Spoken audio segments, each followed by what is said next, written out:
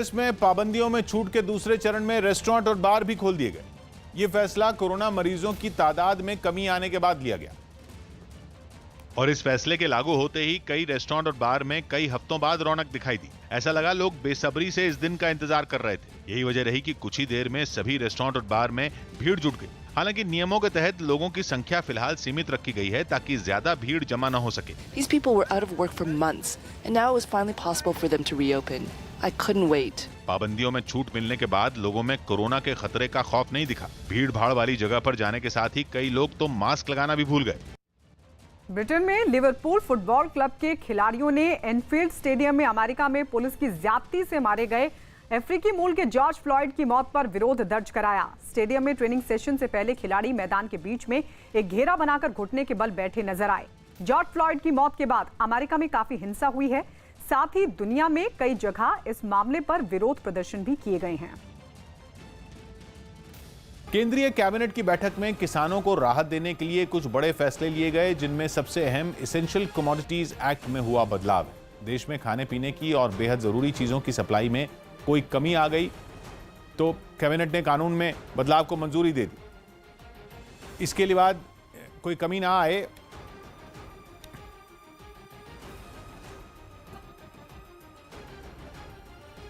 Cabinet ने कानून में बदलाव को मंजूरी दी है, जिसके बाद खाने पीने की कई चीजें इस कानून के दायरे से बाहर हो गई। इनमें दाल, आलू, प्याज और तिलहन समेत 8 चीजें शामिल हैं जिन पर अब यह कानून लागू नहीं होगा। इसका असर यह होगा कि इन चीजों का स्टॉक रखने की सीमा खत्म हो जाएगी और इनके एक्सपोर्ट पर भी कोई रोक नहीं रहेगी। इसके अलावा सबसे अहम बात यह है कि किसान अब ये चीजें देश में कहीं भी बेच सकता है, यानी जहां किसान को उसकी फसल की सबसे अच्छी कीमत मिलेगी वो वहां पर अपनी फसल को बेच पाएगा। इस योजना को किसानों के लिए वन नेशन वन मार्केट का नाम दिया गया है। सरकार का मानना है कि इससे किसान एक्सपोर्टर से यानी विदेशी खरीदारों से सीधे संपर्क कर पाएंगे, जिससे खेती में भी विदेशी निवेश का रास्ता खुलेगा। दिल्ली बीजेपी के नए अध्यक्ष ने कार्यकर्ताओं से बधाई के पोस्टर नहीं छपवाने की अपील की। दिल्ली में बीजेपी के नए अध्यक्ष बनाए गए आदेश कुमार गुप्ता ने कोरोना वायरस के मुश्किल वक्त में पार्टी कार्यकर्ताओं से एक अपील की। इसमें उन्होंने गुजारिश की कि सभी कार्यकर्ता उनके लिए बधाई के पोस्टर छपवाने के बजाय इसका पैसा जरूरतमंद परिवारों को दें ताकि उनकी मदद हो सके। दिल्ली के पास यूपी के गाजियाबाद में इस्तेमाल की गई कई पीपीई किट कूड़े के ढेर से बरामद हुई। हरियाणा के रोहतक में पुलिस ने तेल पाइपलाइन से तेल चुराने के आरोप में 7 लोगों को पकड़ लिया और करीबन 55,000 लीटर जो तेल जो है इन लोगों ने चोरी किया था। दिल्ली के पास फरीदाबाद में कुछ बदमाशों ने पुलिस के सामने एक मछली कारोबारी पर हमला कर दिया। बताया गया कि मछली कारोबारी ने कुछ लोगों पर नशे का कारोबार करने का आरोप लगाते हुए पुलिस में शिकायत की थी, जिससे नाराज आरोपियों ने उस पर हमला कर दिया। इस वारदात का एक वीडियो भी सामने आया जिसमें 2 गाड़ियों में कुछ नकाबपोश आए और पुलिस के साथ बैठे एक आदमी पर डंडे लेकर टूट पड़े।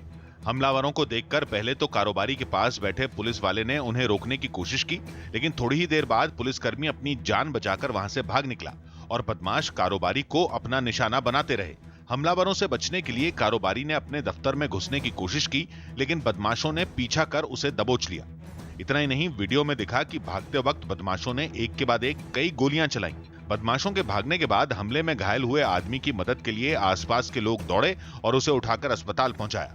आरोप है कि हमलावरों ने इससे पहले भी इस मछली कारोबारी को धमकी दी थी। आपने पुलिस को शिकायत नहीं दी थी पहले कि भाई इस तरह का? पुलिस को शिकायत दी थी, प्रशासन कुछ नहीं कर रहा। मैं पहले कितनी बार शिकायत दे चुके हैं? इससे पहले कई बार शिकायत जा चुकी है।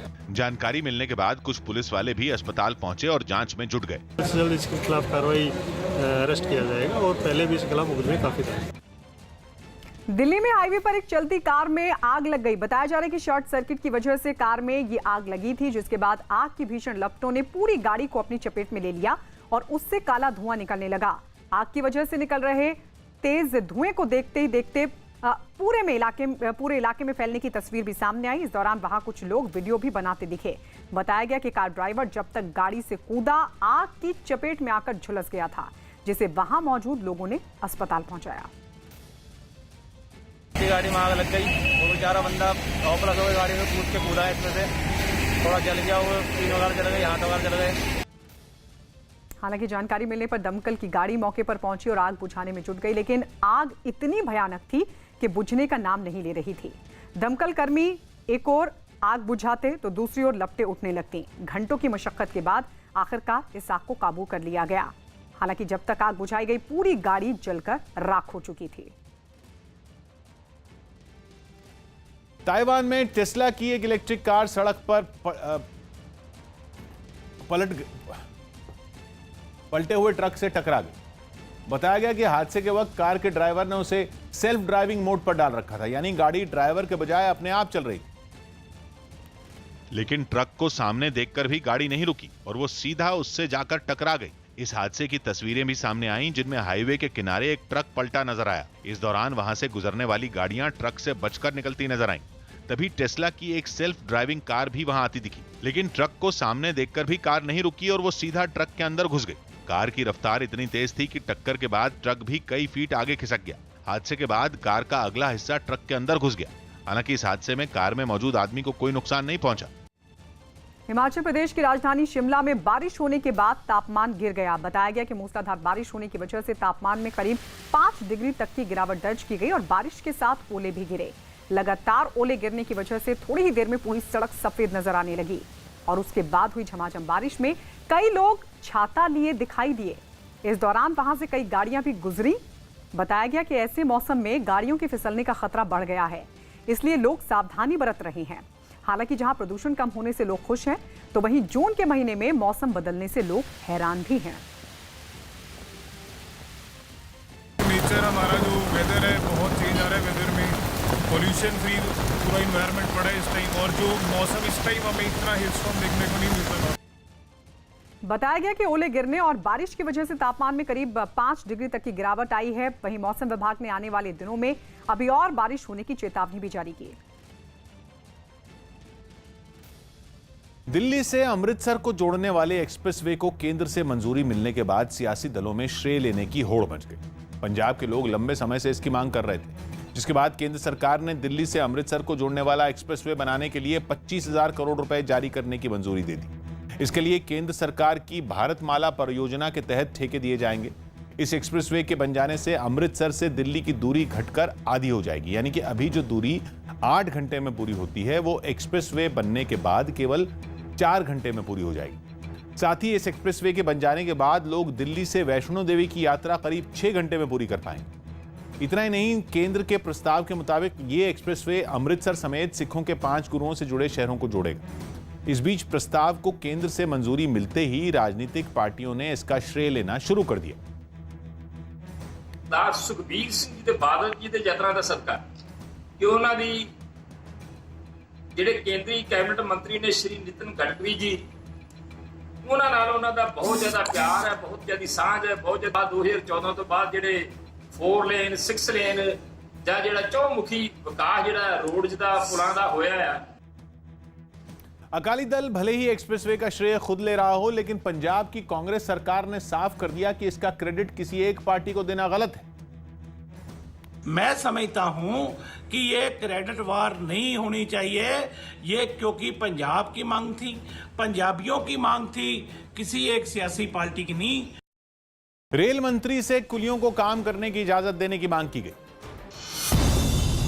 पूर्व केंद्रीय मंत्री रामकृपाल यादव ने रेल मंत्री पीयूष गोयल से रेलवे स्टेशनों पर कुली सेवा शुरू करने की मांग की, ताकि कुलियों को इस मुश्किल वक्त में रोजगार मिल सके। मैं आग्रह करूंगा माननीय रेल मंत्री जी से खासतौर पर कि आप देश के कुलियों पर भी ध्यान दीजिए और उनको भी काम करने की इजाजत दीजिए। दिल्ली हिंसा में मारे गए आईबी कर्मचारी अंकित शर्मा के परिवार ने उन्हें केंद्र से शहीद का दर्जा देने की मांग की। सेंट्रल गवर्नमेंट से विनती करता हूं कि मेरे भाई को सेंट्रल गवर्नमेंट शहीद का दर्जा दे। कोलकाता में निजी दफ्तरों को खोलने की मंजूरी मिलने के बाद कई लोगों ने वक्त पर बसें नहीं मिलने का आरोप लगाया। कोलकाता में अभी फिलहाल 100 रूटों पर बसें चलाई जा रही हैं। कोलकाता में लगभग सभी दफ्तर खुल चुके हैं और इसके साथ ही सरकारी बसें और भी कई रूट्स पर चलना शुरू हो चुकी हैं। लगभग 100 रूट्स पर ये बसें चल रही हैं। पंजाब कांग्रेस ने नवजोत सिंह सिद्धू के आम आदमी पार्टी में शामिल होने की खबरों को खारिज कर दिया। मैं समझता हूं कि इस बकवास में कोई दम नहीं है। नवजोत सिंह सिद्धू कांग्रेस में हैं, कांग्रेस में रहेंगे। मुंबई के घाटकोपर में हुई बारिश के बीच बीजेपी विधायक राम कदम ने एक वीडियो सोशल मीडिया पर शेयर किया, जिसमें कुछ बाइकें नाले के पानी में बहती नजर आईं। ये वीडियो शेयर करते हुए उन्होंने नालों की सफाई न होने पर सवाल भी उठाए। यूपी के महोबा में बिजली विभाग की टीम पर हमला करने वाले आरोपी को हिरासत में लेने पर इलाके के कुछ लोगों ने थाने के बाहर जमकर हंगामा किया।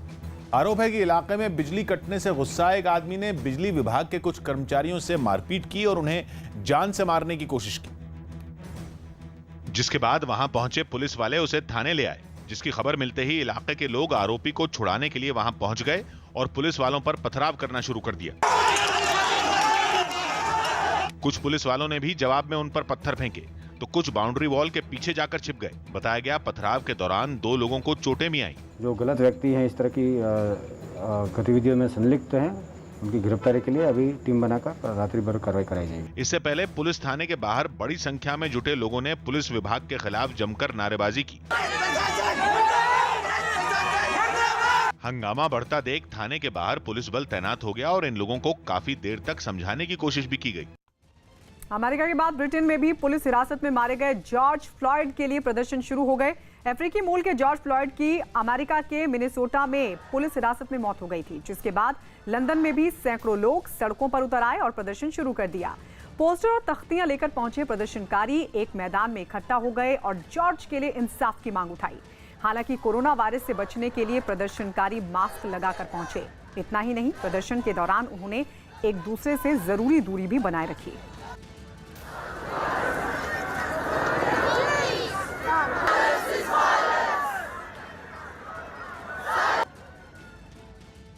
उत्तर प्रदेश के चंदौली के दीनदयाल उपाध्याय नगर में केंद्रीय मंत्री महेंद्र नाथ पांडे के लापता होने के पोस्टर लगाए गए। महेंद्र नाथ पांडे चंदौली से ही सांसद भी हैं।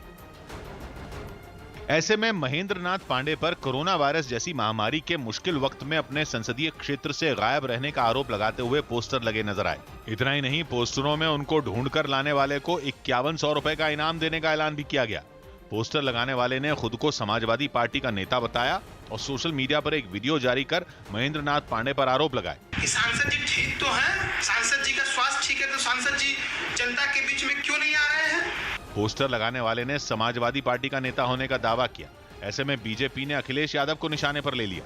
हमें लगता है कि समाजवादी पार्टी के मुखिया श्री अखिलेश यादव जी ने अपने कार्यकर्ताओं पर नियंत्रण खो दिया है। इस बीच पुलिस के पास पोस्टर लगाने वाले के खिलाफ मानहानि का मामला दर्ज कराया गया है। गिरफ्तारी की जाएगी और गिरफ्तारी करने के बाद जो है उसके ऊपर गुंडा की भी कार्रवाई की जाएगी। जम्मू कश्मीर में अमरनाथ गुफा की पहली तस्वीर सामने आई है। बताया गया कि 23 जून से अमरनाथ यात्रा शुरू होनी है, लेकिन उससे पहले अमरनाथ गुफा की पहली तस्वीर दिखी, जिसमें चारों तरफ बर्फ की मोटी परत नजर आई। गुफा के भीतर बर्फ का शिवलिंग भी दिखाई दिया। इसके अलावा आसपास के इलाके भी बर्फ से ढके नजर आए। हालांकि कोरोना की वजह से इस साल ये यात्रा होगी या नहीं, इस पर अभी फैसला नहीं हुआ है। खबर है कि कोरोना के खतरे को देखते हुए इस यात्रा को सिर्फ 15 दिनों के लिए करने का भी प्रस्ताव है। कोरोना संकट के बीच दिल्ली में शादी और दूसरे कार्यक्रमों में बैंड बजाने वाले लोग भी काफी परेशान दिखे। ऐसे हालात में उन्होंने दिल्ली सरकार से मदद करने की अपील की, क्योंकि कोरोना के डर से किसी भी कार्यक्रम को बड़े पैमाने पर करने पर रोक है, जिसका असर बैंड बजाने वालों पर भी पड़ा है और वो खाली बैठने को मजबूर हो गए। अक्सर जिनकी धुनों पर आप शादियों में थिरका करते थे, आज वो इस तरीके से स्टोर में बंद पड़े हैं। इनको इंतजार है उस दिन का जब कोरोना जैसी बीमारी खत्म हो जाएगी। मार्च, अप्रैल और मई के महीने में इन लोगों के पास जरा भी फुर्सत नहीं होती थी, लेकिन इस बार बैंड बजाने वाले ज्यादातर लोग लॉकडाउन के दौरान अपने गांव लौट गए। इतना ही नहीं, इन लोगों ने दावा किया कि महामारी की वजह से पुरानी बुकिंग भी कैंसिल हो गई, जिससे उन्हें दोहरी मार झेलनी पड़ रही है। हमारा जो बैंड का और बारातों का कारोबार जो बिल्कुल बंद हो रहा है। कोरोना से बुरी तरह जूझने के बाद इटली में अब जिंदगी तेजी से पटरी पर दौड़ रही है। इटली में कोरोना के ज्यादातर मरीज ठीक हो चुके हैं, जबकि नए मरीजों की तादाद भी काफी कम हुई है। ऐसे में रोम के साथ वेनिस को भी टूरिज्म के लिए खोल दिया गया। छूट मिलने के बाद वहां कई लोग घूमते नजर आए। कुछ लोग वहां की ऐतिहासिक इमारतों के बाहर फोटो खिंचवाते हुए भी दिखे। कोरोना की वजह से वेनिस बिल्कुल वीरान हो गया था, लेकिन करीब 3 महीने बाद अब वहां दोबारा चहल पहल नजर आ रही है। दिल्ली हिंसा के दौरान आईबी कर्मचारी अंकित शर्मा की हत्या के मामले में क्राइम ब्रांच ने कोर्ट में चार्जशीट दायर कर दी। चार्जशीट में अंकित शर्मा की हत्या के मामले में आम आदमी पार्टी के निलंबित पार्षद ताहिर हुसैन समेत 10 लोगों को आरोपी बनाया गया। पुलिस ने बताया कि हत्या के बाद अंकित शर्मा के शव को नाले में फेंकते वक्त एक आदमी ने वीडियो रिकॉर्ड कर लिया था और आरोप है कि अंकित शर्मा की हत्या जिन लोगों ने की उनकी अगुवाई ताहिर हुसैन ही कर रहा था। साथ ही चार्जशीट में अंकित शर्मा की हत्या में इस्तेमाल हुए 2 चाकू भी बरामद करने का दावा किया गया। बताया गया कि अंकित की हत्या के मुख्य आरोपी सलमान की फोन पर हुई बातचीत को भी पुलिस ने सबूत के तौर पर कोर्ट में पेश किया। कोर्ट में दायर की गई इस चार्जशीट पर 16 जून को सुनवाई होगी। वेस्टइंडीज के 3 खिलाड़ियों ने इंग्लैंड जाने से मना कर दिया। खबर है कि वेस्टइंडीज के 3 खिलाड़ियों ने टेस्ट सीरीज के लिए इंग्लैंड जाने से मना कर दिया। हाल ही में दोनों देशों के क्रिकेट बोर्ड कोरोना वायरस संकट में भी ये क्रिकेट सीरीज खेलने पर राजी हुए थे। मध्य प्रदेश के बैतूल में लोगों ने एक पुराने शिव मंदिर का नाम कोरोना महादेव रख दिया। लोगों का मानना है कि महाकाल की कृपा से बैतूल में उनके कस्बे में कोरोना वायरस ज्यादा असर नहीं दिखा पाया। हमारे मन में एक विचार आया, कोरोना वाले महादेव के नाम से यहाँ स्थापना की जाए ताकि बैतूल जिले को संक्रमण से मुक्त रखा जाए। मुंबई एयरपोर्ट पर एक बड़ा हादसा उस वक्त टल गया जब लैंडिंग के दौरान एक कार्गो विमान रनवे से आगे निकल गया। हरियाणा में सोनीपत के गोहाना में पुलिस ने छापेमारी कर नकली शराब बनाने के आरोप में 6 लोगों को पकड़ लिया। नकली शराब बनाने की फैक्ट्री का पता लगा था उनको और उन्हीं को पकड़ा है और यहाँ पे नकली शराब बनाने का सामान मिला है और 6 आदमी राउंड अप किए उन्होंने। निसर्ग तूफान की वजह से गुजरात में किसी नुकसान की खबर नहीं आई, लेकिन तूफान के कारण राज्य के कई हिस्सों में तेज आंधी और बरसात जरूर है। पहले गुजरात के कई जिलों में निसर्ग तूफान के बड़े असर का अनुमान लगाया गया था, लेकिन आखिरी पलों में तूफान के रास्ता बदलने के कारण निसर्ग से गुजरात में कोई बड़ा नुकसान नहीं हुआ। तूफान के महाराष्ट्र में दस्तक देते ही गुजरात में भी समुद्र में ऊंची ऊंची लहरें उठने लगी। समुद्र किनारे बने द्वारकाधीश मंदिर को पहले ही बंद करा दिया गया था, जिसके पास कई फीट ऊंची लहरें उठती दिखाई दी। कच्छ में भी मौसम में बड़ा बदलाव दिखा। अचानक तेज बारिश शुरू हो गई। एहतियातन लोगों को अपने घरों में ही रहने को कहा गया था, इसलिए सड़कें बिल्कुल खाली दिखी। कोस्ट गार्ड ने समुद्र के किनारों के हाल पर लगातार नजर बनाए रखी। समुद्र किनारे रहने वाले लोगों को भी पहले ही सुरक्षित जगहों पर पहुंचा दिया गया था। एनडीआरएफ और एसडीआरएफ की टीमों की तैनाती भी कर दी गई थी ताकि अगर तूफान ने दस्तक दी तो चुनौती से निपटा जा सके। हरियाणा के गोहाना में पुलिस ने नकली शराब बनाने वाली फैक्ट्री पर छापेमारी की और उसे सील कर दिया। साथ ही नकली शराब बनाने के आरोप में 6 लोगों को भी गिरफ्तार किया गया है। उनसे भारी मात्रा में नकली शराब बरामद की गई है। फैक्ट्री के अंदर नकली शराब की बोतलें पेटियों में बंद करके रखी गई थी, जिन्हें पुलिस ने अपने कब्जे में लेकर सील कर दिया। इसके अलावा वहां जमीन पर कई नामी ब्रांड की शराब की पेटियां भी नजर आईं। नकली शराब बनाने के लिए जिन बड़े ड्रमों का इस्तेमाल किया जाता था, उन्हें भी पुलिस ने अपने कब्जे में ले लिया है। फैक्ट्री से पुलिस को इतनी बड़ी तादाद में नकली शराब बनाने का सामान मिला कि उसे ले जाने के लिए एक छोटा ट्रक मंगवाना पड़ा। 6 आदमी राउंड अप किए उन्होंने, आगे तफ्तीश से पूछताछ करेंगे आगे माल कहां से ले, कैसे बना रहे थे। पंजाब सरकार ने लोगों को जागरूक करने के लिए चलाए गए मिशन फतेह के लिए एक गाना भी लॉन्च कर दिया। बी प्राक के गाए हुए इस गाने में कई कलाकारों, खिलाड़ियों के साथ ही अमिताभ बच्चन और मुख्यमंत्री कैप्टन अमरिंदर सिंह भी दिखाई दिए। और इस गाने की मदद से लोगों को सावधानी बरतने और कोरोना वायरस को हराने की अपील की। फतेह का मतलब जितना ते जिहड़ी कोरोना वायरस है इहदे उत्ते फतेह करो। फतेह हो पंजाबिया, आओ मिशन फतेह का साथ ही इस गाने के जरिए लोगों को सुरक्षित रहने के तरीके भी बताए गए। मास्क लगाना ते सोशल डिस्टेंस है रखना, एयो पहली आखिरी साडी सलाह होगी। लॉकडाउन के दौरान एक हमले में अपना हाथ गंवाने वाले पुलिसकर्मी हरजीत सिंह और मुंबई से मजदूरों को गांव भेजने पर सुर्खियों में आए सोनू सूद भी इस गाने में नजर आए। गाने के अंत में सभी कलाकारों ने मिलकर मिशन फतेह को सफल बनाने की अपील की। हिमाचल प्रदेश में स्वास्थ्य विभाग में हुए घोटाले के मामले में कांग्रेस ने राज्य की बीजेपी सरकार के खिलाफ मोर्चा खोल दिया। शिमला में यूथ कांग्रेस ने इस मुद्दे पर प्रदर्शन किया और मुख्यमंत्री जयराम ठाकुर के खिलाफ जमकर नारेबाजी की। गले में पोस्टर पहनकर अपना विरोध जताने के लिए इकट्ठा हुए इन लोगों ने घोटाले की सीबीआई जांच की मांग उठाई। एक शख्स ने तो हाथ में कटोरा लेकर प्रदर्शन किया और आरोप लगाया कि कोरोना संकट के दौर में भी हिमाचल सरकार घोटाले कर रही है। और स्वास्थ्य सेवाओं से जुड़ी चीजें खरीदने में गड़बड़ी हो रही है। इस बात को प्रभावशाली तरीके से पेश करने के लिए एक शख्स ने भीख मांगने का नाटक भी किया और साथ ही कांग्रेस के दूसरे कार्यकर्ताओं ने जयराम ठाकुर के खिलाफ खूब नारेबाजी की।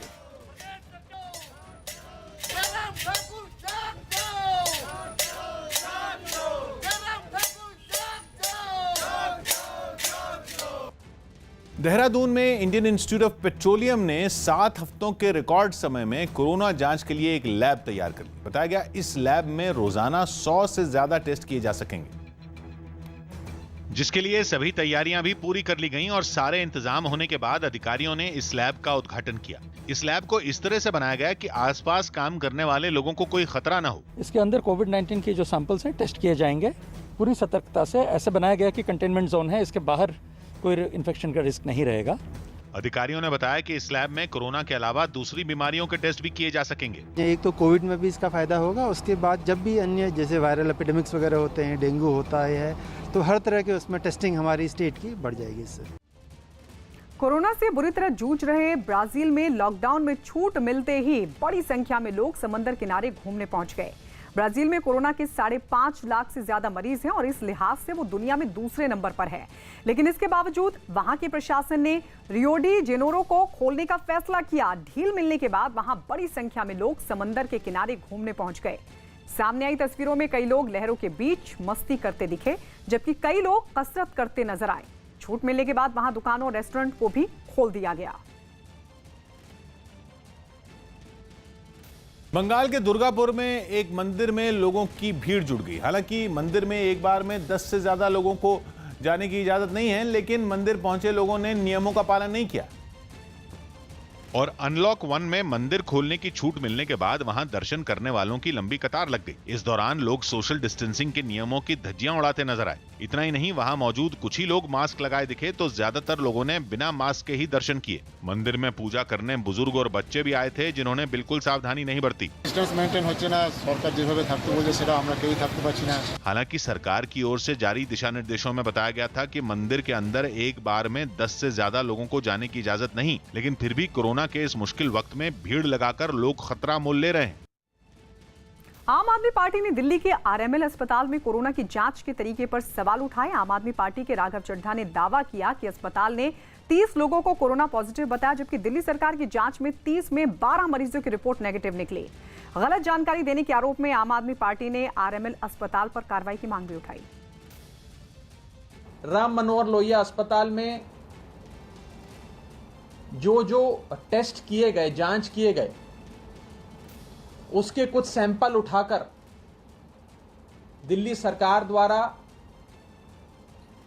रीटेस्ट कराया गया, यानी कि फिर से उन सैंपल्स पे जांच कराई गई। 30 सैंपल्स जिसको राम मनोहर लोहिया अस्पताल ने पॉजिटिव घोषित किया था, उसमें से 12 सैंपल नेगेटिव पाए गए। दिल्ली सरकार से दरख्वास्त करना चाहता हूं कि कृपया कर राम मनोहर लोहिया अस्पताल के खिलाफ एक्शन लिया जाए। मध्य प्रदेश के विदिशा में कांग्रेस विधायक शशांक भार्गव ने किसानों के मुद्दे पर कलेक्ट्रेट का घेराव किया। आरोप है कि इस दौरान कांग्रेस विधायक ने सोशल डिस्टेंसिंग के नियम का पालन नहीं किया और ना ही उनके समर्थकों ने कोरोना से बचने के लिए एक दूसरे से जरूरी दूरी बनाए रखने का ख्याल रखा। कलेक्ट्रेट पहुंचे इन लोगों ने किसानों के मुद्दे पर शिवराज सरकार के खिलाफ खूब नारेबाजी की। हालांकि किसी भी तरह के प्रदर्शन को सरकार ने अभी मंजूरी नहीं दी है। फिर भी कांग्रेस विधायक शशांक भार्गव और उनके समर्थक राज्य सरकार को घेरने के लिए कलेक्ट्रेट पहुंच गए, लेकिन इन लोगों को रोकने के लिए पुलिस ने पहले ही वहां पर बैरिकेड लगा रखे थे, जिसकी वजह से ये सभी लोग आगे नहीं बढ़ पाए, जिसके बाद इन लोगों ने नारेबाजी और तेज कर दी। कांग्रेस विधायक के समर्थकों का प्रदर्शन तेज हुआ तो एसडीएम वहां पर पहुंचे, जिसके बाद विधायक शशांक भार्गव ने किसानों की समस्याओं को जल्द दूर करने के लिए एक ज्ञापन उनको दिया। हमारे जो जनप्रतिनिधि चुने हुए हैं, सांसद महोदय 4 विधायक हैं, उनसे भी निवेदन करना चाहूंगा कि किसानों की इस पीड़ा की घड़ी में वो सामने आए। देश भर में अनलॉक 1 की शुरुआत के बाद यूपी के एक ब्यूटी पार्लर में एक दुल्हन को सजाया गया। खास बात यह रही कि ब्यूटी पार्लर में दुल्हन को सजाने वाली महिला ने पीपीई किट पहनकर यह काम किया। केंद्र सरकार की तरफ से जारी की गई गाइडलाइंस के मुताबिक ब्यूटी पार्लर में पीपीई किट का इस्तेमाल जरूरी है। हालांकि दुल्हन को सजाने के लिए एक ब्यूटी पार्लर चलाने वाली महिला ने दुल्हन को अपने घर में सजाया। हर हालात में हम लोगों ने कैसे उसको मेंटेन करके फिर उस हिसाब से किया, जैसे पीपीई किट ली और ब्राइडल को भी एंट्रेंस पे ही हम लोगों ने पूरा सैनिटाइज किया, उसके हैंड वॉश कराए। मेकअप का सामान भी था हम लोगों के पास, तो वो हमने ऑलरेडी इतना निकाल के रख दिया था कि एक ही ब्राइडल के जो काम आए। उसके बाद फिर जो ब्रश व्रश जो हमने यूज़ किए वो भी सैनिटाइज कर दिए। कोरोना संकट के बीच अनलॉक 1 में कुछ छूट मिलते ही दिल्ली में एक बार फिर नागरिकता कानून और एनआरसी के खिलाफ विरोध प्रदर्शन की आशंका बढ़ गई है। पुलिस को मिले अलर्ट में पता चला कि दिल्ली में एक बार फिर नागरिकता कानून और एनआरसी के विरोध में लोग सड़क पर उतर सकते हैं, जिसके बाद राजधानी के सभी जिलों के डीसीपी को अलर्ट जारी कर दिया गया। साथ ही सभी डीसीपी को अपने इलाकों में सुरक्षा कड़ी करने के निर्देश भी दिए गए। इतना ही नहीं, प्रदर्शनकारियों से निपटने के लिए कुछ थानों में अर्धसैनिक बल भी तैनात कर दिए गए, जबकि शाहीन बाग और उसके आसपास के इलाकों में भी सुरक्षा घेरा मजबूत कर दिया गया। जैवलिन थ्रोअर नीरज चोपड़ा को खेल रत्न पुरस्कार देने की सिफारिश की गई। एथलेटिक्स फेडरेशन ऑफ इंडिया ने जैवलिन थ्रोअर नीरज चोपड़ा के नाम की सिफारिश खेल रत्न पुरस्कार के लिए की। इसके अलावा दूती चंद समेत 4 एथलीटों के नाम अर्जुन अवार्ड के लिए भेजे गए। दिल्ली के मंडावली के पास नेशनल हाईवे पर एक कार में आग लगने से झुलसे ड्राइवर को अस्पताल में भर्ती करवाया गया। बिहार के पूर्व सीएम जीतन राम मांझी राज्य में क्वारंटीन के लिए बनाए गए केंद्रों में सुविधाओं की कमी का आरोप लगाते हुए धरने पर बैठ गए। साथ ही उन्होंने गांव लौटे मजदूरों को काम देने की मांग भी की। इन दिनों क्रिकेट से दूर रविंद्र जाडेजा गुजरात के जामनगर में अपने फार्म हाउस में फिर घुड़सवारी करते नजर आए। अमेरिका में बेकाबू होते जा रहे हिंसक प्रदर्शनों के बीच कई राज्यों में नेशनल गार्ड तैनात कर दी गई। इससे पहले राष्ट्रपति डोनाल्ड ट्रंप ने हालात काबू नहीं होने पर सेना भेजने की धमकी दी थी, जिसके बाद कई राज्यों ने अपने यहां नेशनल गार्ड को तैनात कर दिया। हिंसा से जूझ रहे नॉर्थ कैरोलिना में भी नेशनल गार्ड के करीब 500 जवान तैनात कर दिए गए, जिन्होंने सड़कों पर उतरकर मोर्चा संभाल लिया। इसके अलावा कई इलाकों में कर्फ्यू भी लगा दिया गया, जहां नेशनल गार्ड के जवान और पुलिस की टीमें एक साथ गश्त करती नजर आईं। हालांकि प्रदर्शनकारी फिर भी नहीं माने और वो कर्फ्यू तोड़कर सड़कों पर उतर आए। कई लोग तो हथियारबंद जवानों के सामने ही प्रदर्शन करने लगे, जिसके बाद सुरक्षा बल और भीड़ के बीच झड़प शुरू हो गई। इसी तरह मिजोरी में भी हालात पर काबू पाने के लिए नेशनल गार्ड की तैनाती की गई। बख्तरबंद गाड़ियों पर सवार ये जवान वहां सड़कों पर गश्त लगाते नजर आए। उत्तर प्रदेश के फिरोजाबाद में व्यापारियों और पुलिस के बीच हुई बैठक में बड़ी लापरवाही खुलकर सामने आई। रेड जोन होने के बावजूद पुलिस और व्यापारियों की बैठक में सोशल डिस्टेंसिंग का खुलेआम उल्लंघन हुआ। बैठक में इतने व्यापारी शामिल हो गए कि वहां भीड़ जुट गई और पुलिस से बातचीत करते हुए लोग ही नहीं बल्कि पुलिस कर्मचारी भी सोशल डिस्टेंसिंग का ध्यान रखना भूल गए। फिरोजाबाद में कोरोना के मरीजों की संख्या 300 के पार पहुंच चुकी है और ऐसे में लोगों की लापरवाही खतरनाक साबित हो सकती है। व्यापारियों में कुछ लोग ऐसे भी हैं जो व्यापारियों के साथ खड़े हुए थे, वो भी आगे बढ़ गए। तो ऐसा लग रहा था कि जैसे समझ आया, लोगों से कहा भी है डिस्टेंसिंग से रहो। मैं तो प्रार्थना सबसे की कि अपनी अपनी दूरी बनाए रखें, लेकिन कुछ लोग हैं नहीं मानते हैं। दिल्ली की सुरक्षा में तैनात पुलिस वालों को कोरोना से बचाने के लिए कुछ थानों में खास उपकरण लगाए गए। आईआईटी दिल्ली के छात्रों के बनाए इन उपकरणों से बने बिना छुए सैनिटाइज करने के साथ ही शरीर का तापमान भी मापा जा सकेगा। और ऐसा ही एक उपकरण राजधानी के हौज खास थाने के गेट पर भी लगाया गया, ताकि वहां आने वाले लोगों के हाथ सैनिटाइज करवाने के साथ ही उनके शरीर का तापमान भी मापा जा सके। कोविड से कर्मचारियों व आगंतुकों को बचाने के लिए दक्षिणी जिला दिल्ली पुलिस ने कुछ टेक्नोलॉजिकल इनिशिएटिव्स लिए हैं। थाने में शिकायत करने के लिए आने वाले लोगों से दूरी बनाए रखने के लिए एक खास तरह की मशीन भी लगाई गई है, जिसकी मदद से पुलिस वाले दूर बैठे ही आदमी से बात करते दिखाई दिए। उत्तर प्रदेश के चिकित्सा शिक्षा मंत्री सुरेश खन्ना के मेरठ मेडिकल कॉलेज दौरे का विवाद लगातार बढ़ रहा है। लखनऊ में चिकित्सा शिक्षा विभाग के कर्मचारियों ने दफ्तर जाने से इनकार कर दिया है। कर्मचारियों ने दफ्तर को सैनिटाइज करने और मंत्री के टेस्ट की मांग उठाई है। कर्मचारियों के मुताबिक मेरठ मेडिकल कॉलेज के दौरे के बाद चिकित्सा शिक्षा मंत्री उनके दफ्तर भी आए थे। दरअसल सोमवार को चिकित्सा शिक्षा मंत्री ने मेरठ मेडिकल कॉलेज का निरीक्षण किया था और इस दौरान जिन मरीजों से वो इमरजेंसी वार्ड में मिले थे उनमें 2 कोरोना पॉजिटिव पाए गए हैं। मुलाकात के समय यूपी के मंत्री ना तो पीपीई किट पहने हुए थे और ना ही उन्होंने ग्लव्स ही पहने थे। मंत्री जी मेडिकल कॉलेज मेरठ दौरे पे गए थे और जिस वार्ड का उन्होंने जो है निरीक्षण किया था उस वार्ड में 3 कोरोना पॉजिटिव पेशेंट मिले थे। और सीएमओ मेरठ ने भी जो है इस बात का जिक्र किया कि मंत्री जी के साथ कई लोग थे और माननीय मंत्री जी जो है चिकित्सा शिक्षा प्रशिक्षण महानिदेशालय में भी रात में उपस्थित हुए थे। तो हम कर्मचारियों को डर है कहीं ऐसा ना हो कि हम कर्मचारी भी जो है कोरोना से ग्रसित हो जाएं। और हम लोग चाहते हैं कि जो है सारी व्यवस्था की जाए, जो नियमानुसार गाइडलाइन के हिसाब से इस पर कार्रवाई की जाए। सारे के सारे जितने भी ड्यू प्रिकॉशंस, पीपीई किट पहना था उन्होंने, मास्क लगाया था, सैनिटाइजर का इस्तेमाल किया था और उसके बाद उन्होंने जो है जो भी वहाँ पे लोग भर्ती थे और उनसे इंटरेक्शन किया, उनसे जो है बातचीत की है।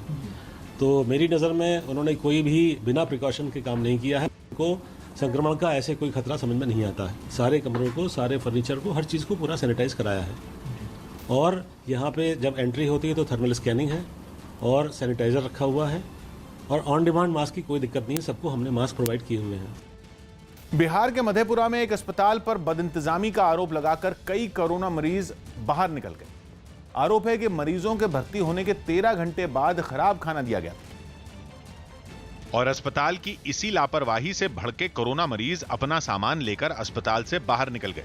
सीढ़ियों पर बैठे इन मरीजों ने अस्पताल प्रशासन पर बदइंतजामी का आरोप लगाया और बताया कि भर्ती होने के 13 घंटे बाद उन्हें जो खाना मिला वो बेहद खराब था। दिन के 2 बजे यहाँ पे खाना मिला, ऐसा दाल था कि जानवर नहीं खाएगा। हालांकि इस हंगामे के बीच भी सभी कोरोना मरीजों ने मुंह पर मास्क लगाए रखा और जरूरी दूरी बनाए रखी।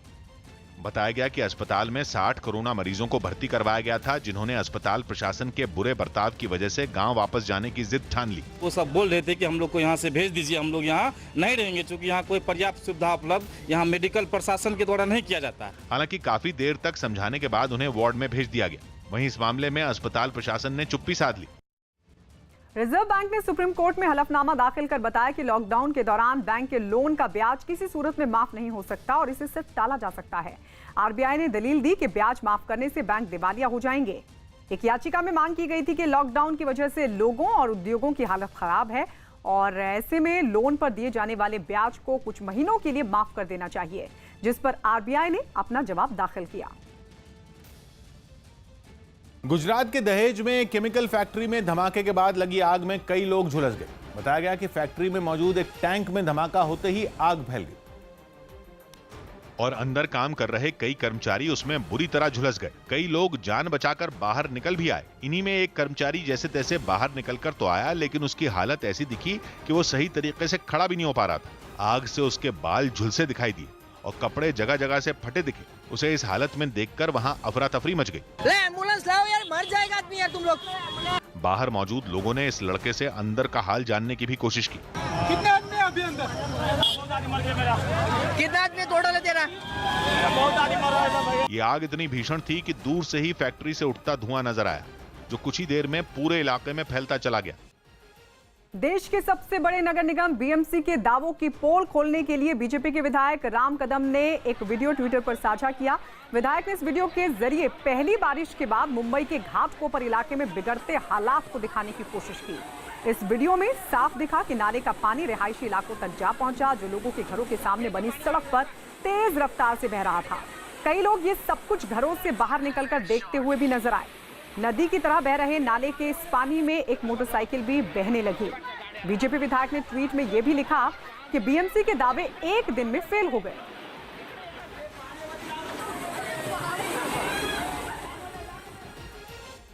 पंजाब और हरियाणा हाई कोर्ट ने चंडीगढ़ के स्कूलों को सख्त निर्देश दिए कि वो किसी छात्र का शिक्षा का अधिकार नहीं छीन सकते। एक जनहित याचिका पर सुनवाई करते हुए कोर्ट ने आदेश दिया कि अगर किसी बच्चे के माता पिता स्कूल की ट्यूशन फीस नहीं भर पाते तो भी स्कूल उस छात्र का नाम नहीं काट सकता। साथ ही कोर्ट ने यह आदेश भी दिया कि अगर किसी को अपने बच्चे की स्कूल फीस भरने में परेशानी है तो वो लिखित में स्कूल को बता सकता है। इसके बाद भी अगर फीस के लिए स्कूल जिद करे तो फिर शिक्षा सचिव की अध्यक्षता में गठित कमेटी को शिकायत दी जा सकती है। चंडीगढ़ के एक वकील ने यह जनहित याचिका दायर की थी, जिस पर हाई कोर्ट ने यह फैसला सुनाया। श्रीलंका क्रिकेट टीम ने कोलंबो में अभ्यास शुरू कर दिया। कोरोना वायरस संकट से उबरने की कोशिश करते हुए श्रीलंका क्रिकेट टीम ने कोलंबो में अभ्यास शुरू कर दिया। इन सभी 13 खिलाड़ियों को कोलंबो क्रिकेट क्लब में ही ठहराया गया है। यानी ये वहीं रहेंगे और उसी जगह ट्रेनिंग भी करेंगे। विदेश मंत्रालय के प्रवक्ता रहे रवीश कुमार को फिनलैंड में भारत का राजदूत बनाया गया।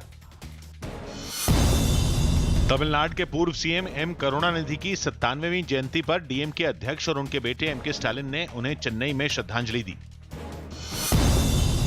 सुप्रीम कोर्ट ने संविधान से इंडिया शब्द हटाने की मांग वाली याचिका को खारिज कर दिया। साथ ही याचिकाकर्ता को सरकार के सामने अपनी बात रखने की सलाह दी। दिल्ली सरकार ने 5 डॉक्टरों की एक समिति बनाई जो ये रिपोर्ट तैयार करेगी कि कोरोना वायरस संकट के बीच क्या दिल्ली के अस्पताल दूसरे राज्यों से आने वाले मरीजों का बोझ उठा सकते हैं। अनलॉक 1 की शुरुआत होते ही जम्मू कश्मीर के अनंतनाग में नेशनल हाईवे पर रनवे बनाने का काम भी तेज हो गया। बताया गया कि इस रनवे को लड़ाकू विमानों की इमरजेंसी लैंडिंग के लिए बनाया जा रहा है और इसे बनाने के लिए अनंतनाग के बिजबिहारा में कई ट्रक और खुदाई करने वाली मशीनें दिन रात काम में लगी हैं। जम्मू श्रीनगर नेशनल हाईवे पर बन रहा ये रनवे करीब 3 किलोमीटर लंबा और 60 मीटर चौड़ा होगा।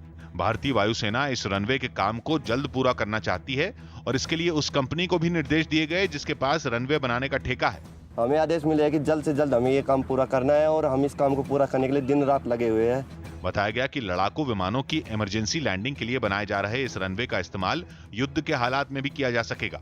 ये मकसद है कि जब ज़रूरत पड़ेगी, जब भी कोई मुमकिन जंगी सूरत हाल होगी तो इस नेशनल हाईवे के इस पोर्शन को भी बतौर रनवे इस्तेमाल किया जा सकता है और साथ ही साथ जो ये नया रनवे तैयार किया जा रहा है इसको भी उस वक्त इस्तेमाल किया जा सकता है।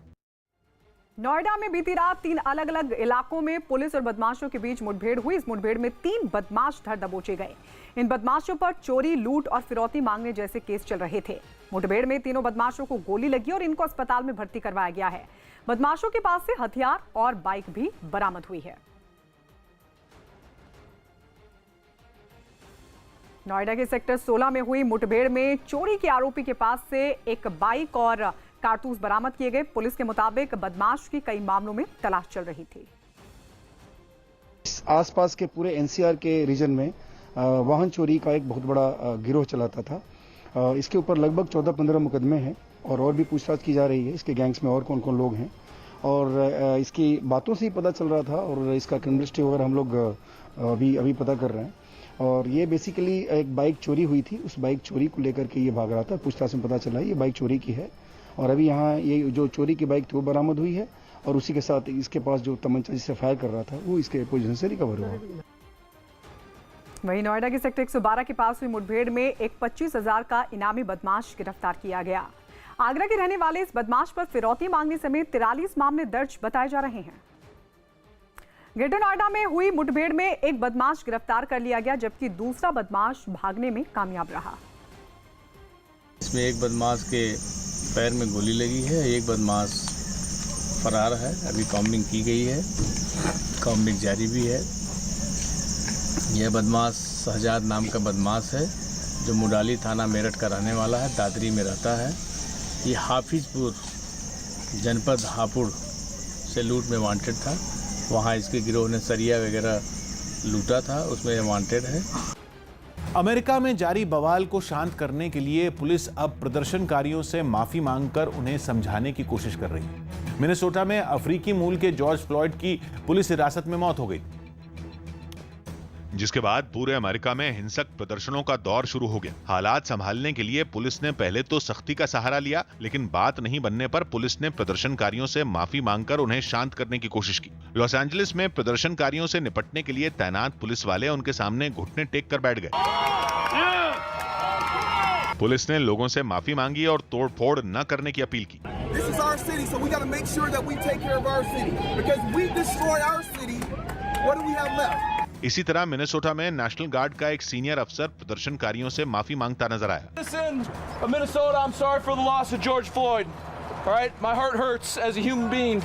उसके इस अंदाज का प्रदर्शनकारियों पर भी अच्छा असर पड़ा। कई लोग तो उसे गले लगाते दिखे। लोगों को समझाने के बाद वो अपने जवानों के साथ लौट गया। चीन के साथ महीने भर से चल रही तनातनी के बीच भारतीय रणनीति का असर देखने को मिल रहा है। पूर्वी लद्दाख में LAC के पास चीनी सेना के सैनिकों के पीछे हटने की खबर है। वहीं कई और इलाकों में पिछले 3-4 दिन से चीनी सैनिकों की कोई बड़ी गतिविधि भी देखने को नहीं मिली है। दोनों देशों के बीच 6 जून को होने वाली अहम बातचीत से पहले LAC के पास चीन के सैनिकों के पीछे हटने से तनाव कम होने की बात सामने आ रही है। शनिवार को लेफ्टिनेंट जनरल स्तर के अधिकारी बातचीत में शामिल होंगे। इससे पहले भी दोनों देशों के बीच मई के पहले सप्ताह से बातचीत का दौर जारी है। जम्मू कश्मीर की राजधानी श्रीनगर में जानवरों को पीपीई किट पहनकर खाना खिलाया गया। विदेशों में कई जानवरों के कोरोना पॉजिटिव आने के बाद जब जानवरों का खास ख्याल रखा जा रहा है और जानवरों को कोरोना से बचाने के लिए कर्मचारी पीपीई किट पहनकर उन्हें खाना देते नजर आए। पीपीई किट पहने कर्मचारी सभी नियमों का पालन करते हुए एक के बाद एक जानवरों के पिंजरों के सामने गए और उन्हें खाना दिया। कर्मचारियों ने बताया कि कोरोना के खतरे के बीच अपनी और जानवरों की सुरक्षा के लिए पीपीई किट पहनकर खाना देने का फैसला किया गया। हमने भी अपना पूरा ख्याल रखना है, तो फिर इनका भी पूरा ख्याल रखना है कि ये इनको न ऐसा कुछ हो जाए। बताया गया कि विदेशों में कई जानवरों में कोरोना वायरस पाए जाने के बाद सतर्कता बरतने के साथ सभी मानकों और नियमों का सख्ती से पालन किया जा रहा है। जितना प्रिकॉशन हमारे डॉक्टर्स हॉस्पिटल्स में लेते हैं, एग्जैक्टली वही लेवल ऑफ प्रिकॉशंस जो है, जो भी रिकमेंडेड प्रिकॉशंस है वो लेते हैं। कोरोना संकट को देखते हुए दिल्ली सरकार ने बाहर से आने वाले बिना लक्षण के कोरोना मरीजों के लिए नियमों में बदलाव किया है और नए नियमों के मुताबिक अब अगर कोई मरीज रेल, बस या फिर हवाई जहाज के जरिए दिल्ली आएगा और उसमें कोरोना के लक्षण नहीं दिखते तो उसे खुद को 7 दिन के लिए होम क्वारंटीन करना होगा। इससे पहले ऐसे यात्रियों को 14 दिन तक खुद को मॉनिटर करने का नियम था।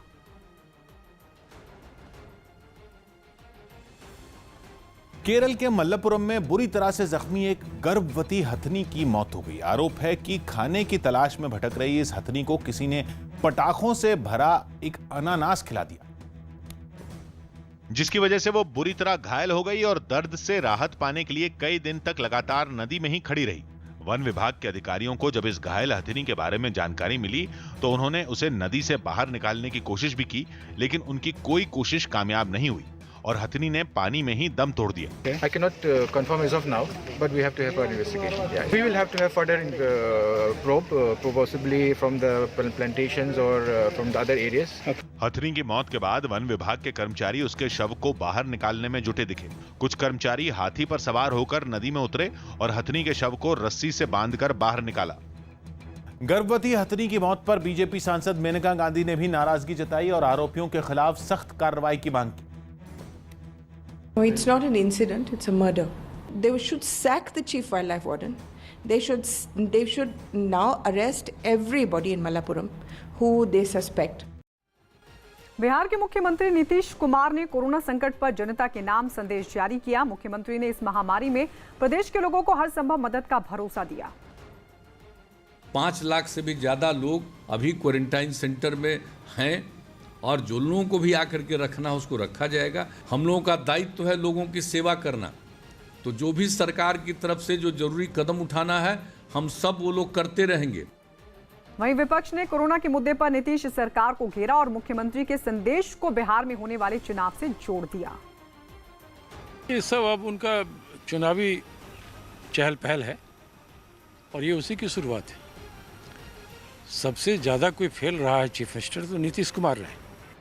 आंध्र प्रदेश में सरकारी इमारतों को नीले, हरे और सफेद रंग से रंगने के मामले में सुप्रीम कोर्ट ने राज्य सरकार की एक याचिका को खारिज कर दिया। जानकारी के मुताबिक आंध्र प्रदेश सरकार ने सभी सरकारी और ग्राम पंचायत की इमारतों को नीले, हरे और सफेद रंग से रंगने का आदेश दिया। ये तीनों रंग सरकार चला रही वाईएसआर कांग्रेस के झंडे में होने की वजह से इस फैसले पर विवाद खड़ा हो गया था, जिसके बाद हाई कोर्ट ने राज्य सरकार को 28 मई तक सभी इमारतों का रंग पहले जैसा करने का आदेश दिया। लेकिन आदेश का पालन नहीं होने के बाद कोर्ट ने अवमानना नोटिस जारी कर दिया, जिस पर रोक लगाने के लिए राज्य सरकार सुप्रीम कोर्ट पहुंची, लेकिन वहां भी उसकी याचिका खारिज कर दी गई। उत्तराखंड सरकार ने 4 धाम यात्रा शुरू करने के संकेत दिए।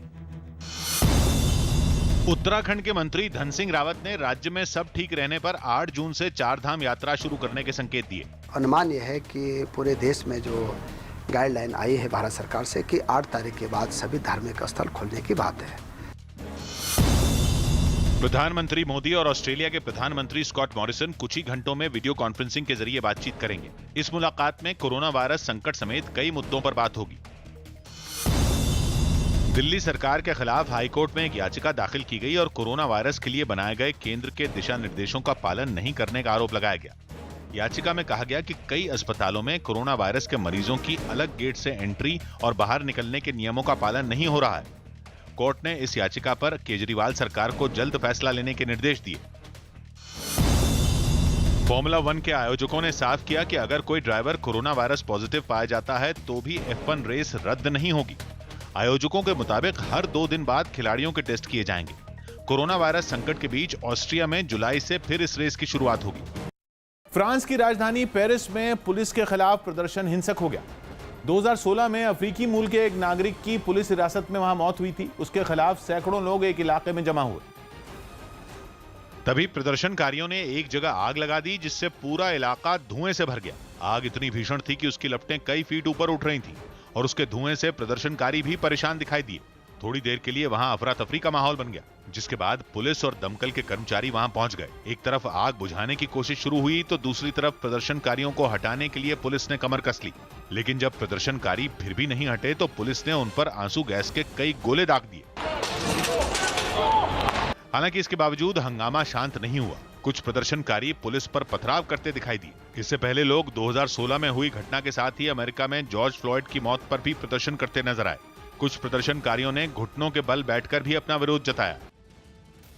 लखनऊ में गाड़ियों की चेकिंग के दौरान स्कूटर से जा रहे एक लड़के और लड़की ने जमकर हंगामा किया। आरोप है कि पुलिस वालों ने चेकिंग के लिए उनके स्कूटर को रुकवाया और कागज दिखाने के लिए कहा, जिससे दोनों भड़क गए और पुलिस वालों के सामने ही हंगामा शुरू कर दिया। इसका एक वीडियो भी सामने आया जिसमें दोनों हंगामा करते नजर आए।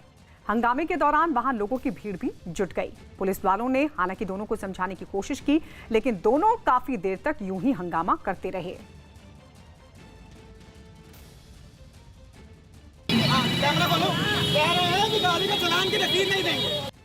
उत्तर प्रदेश के वाराणसी में एसएचओ के थाने में भीड़ लगाकर जन्मदिन मनाने का वीडियो वायरल हो गया। मामला वाराणसी के लंका थाने का है, जहां कोरोना वायरस के खतरे के बावजूद एसएचओ का जन्मदिन मनाने के लिए लोगों की भीड़ जुट गई। और थाने में ऐसा मजमा दिखा मानो कोई जश्न हो। कमरे में पैर रखने तक की जगह नजर नहीं आई।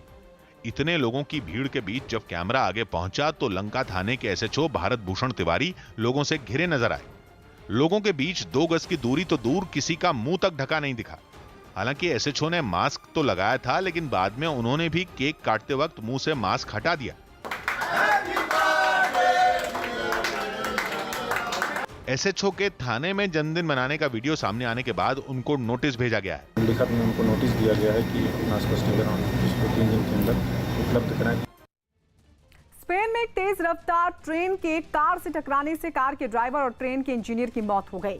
सामने आए हादसे के बाद के वीडियो में ट्रेन के कुछ डिब्बे पटरी से उतरे हुए दिखाई दिए। साथ ही ट्रेन एक दूसरी ट्रेन से भिड़ी हुई भी नजर आई। हादसे के बाद ट्रेन में सवार यात्री अपना सामान लेकर पटरी पर चलते दिखे। बताया गया कि ट्रेन 150 से ज्यादा यात्रियों को लेकर स्पेन की राजधानी मैड्रिड जा रही थी, लेकिन इसी बीच कार एक ब्रिज से नीचे रेल की पटरी पर आ गिरी और ट्रेन से टकरा गई।